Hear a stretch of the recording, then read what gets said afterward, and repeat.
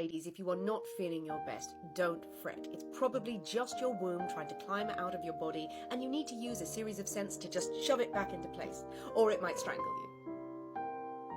Hello, I'm Sinead from the Poisonous Cabinet podcast. When you spend most of your time delving into historic true crime cases, you're going to see one word arise a lot when looking at female suspects: hysteria.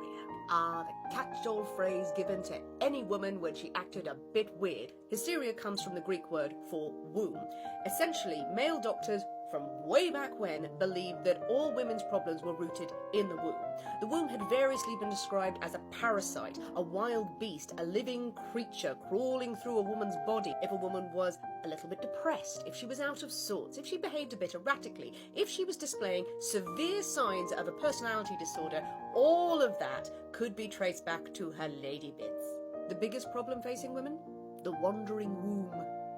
It was attested by good men of science that the woman's womb could absolutely move about the body, and that caused all sorts of problems, as you can imagine.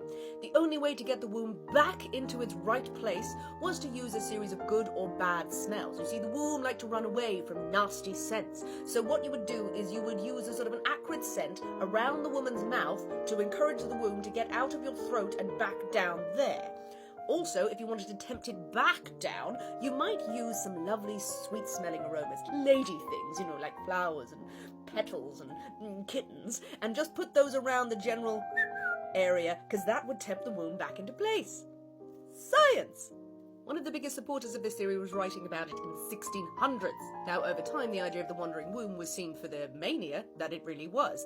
But hysteria as a diagnosis for women perpetuated until the late 1800s. Into the Victorian era, things didn't really get any better. If you were diagnosed with hysteria, the main treatment was a good pelvic examination and massage. I don't think that's going to stop you killing people. Whether you had committed a small act of public indiscretion or plotted to poison people across Brighton, hysteria was always the root cause.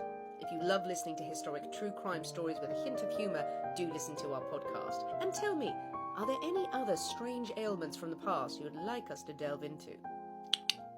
I mean, if you have one, it does really feel like sometimes that your womb is trying to kill you.